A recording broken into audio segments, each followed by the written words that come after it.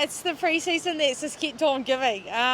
We're hugely excited to head down the road and play down at Firebird's house. I think everyone in the league is excited. We're so lucky to be in this position, to be one of the only female teams playing this season so far. So a very special day will be Saturday. Have you had time to digest the new rules announced by Super Netball today? Yeah, so I think it's part and parcel of the season that's going to be COVID related. We are always adapting as we go. I think it makes sense what they've done, extended the squads due to the condensing of the season just to manage load a bit better. I think at the end of the day, player welfare, there's been a lot of thought around it, and it's nice to, as a player, I think, to know that not only do we want to put out a season, but we want to have all 10 and all 12 in every team still standing at the end of the day. And how do you see that 12-player rule working for you guys? Look, we probably haven't had a chance to talk to the bosses. They're probably best to talk about. But look, I think, I think it's really lovely. It's a great opportunity, and I think it's really worthwhile to make the most of the peculiar season that is COVID in terms of making the most of it. It's an opportunity for training partners to have a taste of what it's like on game day, and it tastes very good. And I think that they're the type of carrots that you don't often get the opportunity to present to a player, and it might give them the little stir that they need for the off season. Should it come around and be as long as this year? So I think the 12 is a great decision.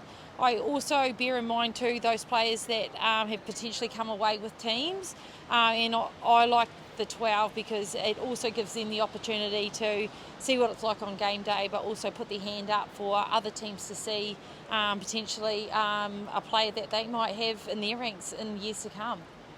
Good way to start against the Firebirds. Had some classic matches in the last few years. I know they've lost a lot of players. Their squad's looking a bit different these days, but do you still see them as a decent side? Yeah, I think Maddie touched on that this morning actually. There's probably not a game in Super League that you can actually take lightly.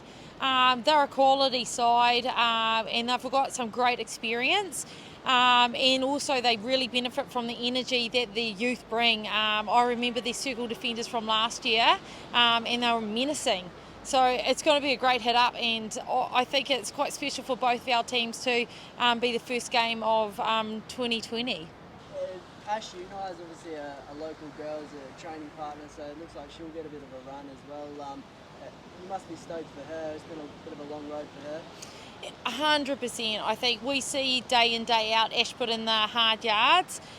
She's always a fierce competitor at training. So, I think for her, it'll be a big, we're asking her a lot of her, to be honest, in terms of she's starting her career off in a life outside sport, and for her to be able to give herself 100% to us, we're very grateful. So I think it's a big season for Ash. How's the mood in the camp, being so close to finally getting on court? Yeah, well, we just had a wee bit of a funny training actually.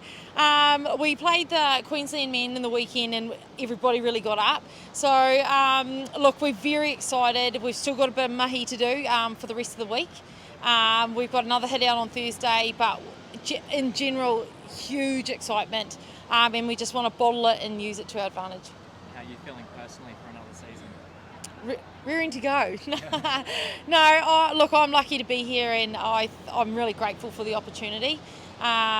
We've got a great team, and I've always said this, but being a part of the Sunny Coast, it really does make you want to be an athlete forever. Are you concerned about fatigue this season, not just you, for the rest of the team as well?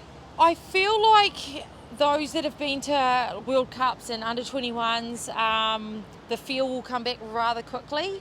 I think it's a nice wee challenge for the coaches in terms of strategy. So to be honest, I think it excites me. And I was just saying the other day, imagine if the 10-week Super Netball stuck around. So look, I think you can tackle it so many ways. Player responsibility in terms of our recovery after games is going to be huge. Being able to listen to our bodies, and also making sure in those short turnarounds we get our bang for our buck. So I think it's going to be a combination of all the expertise that we have in our group. And Yourself personally, Laura, would you like to play every minute of every quarter of every game? 100%. Oh, look, I hope I'd put my hand up for to be in a position to play. But again, like, it comes down to what's best for the team at different points in time. So, but I think you wouldn't find a player in the league that won't be putting their hand up, I don't think, for every game. Are you hopeful of a good portion of crowd allowed when you play at USC? Yeah, I believe we're allowed 50%.